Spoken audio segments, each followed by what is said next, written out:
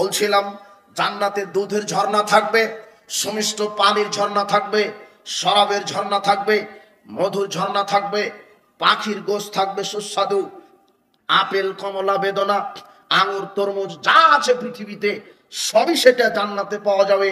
তবে উন্নত মানের যেটা আপনার জন্য রয়েছে, জান্নাতবাসীদের স্পেশাল যারা জান্নাতি এদের জন্য আল্লাহ হুর তৈরি করেছেন।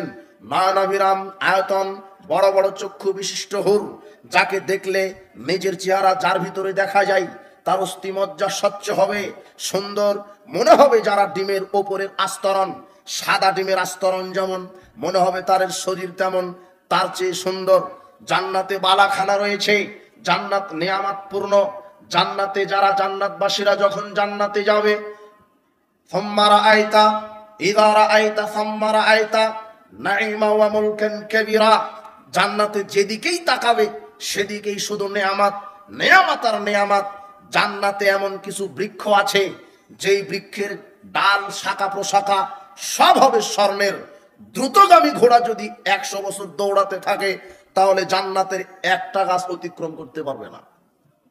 গাছ কত বড়, ফল ফলাদি কুতুবহাদা নিয়ে সামনাসামনি ফলমূল ঝুলতে থাকবে, স্বর্ণ খচিত স্বর্ণের তার দিয়ে বোনানো চেয়ারে তারা বসে থাকবে।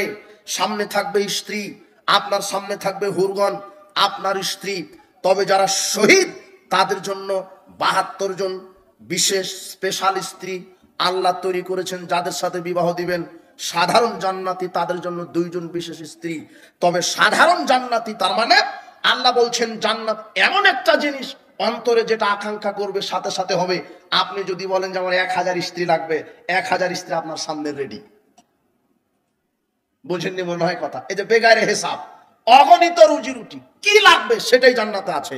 আপনার পরিকল্পনা করতে দেরি, পরিবেশিত হতে দেরি হবে না, এর নাম জান্নাত।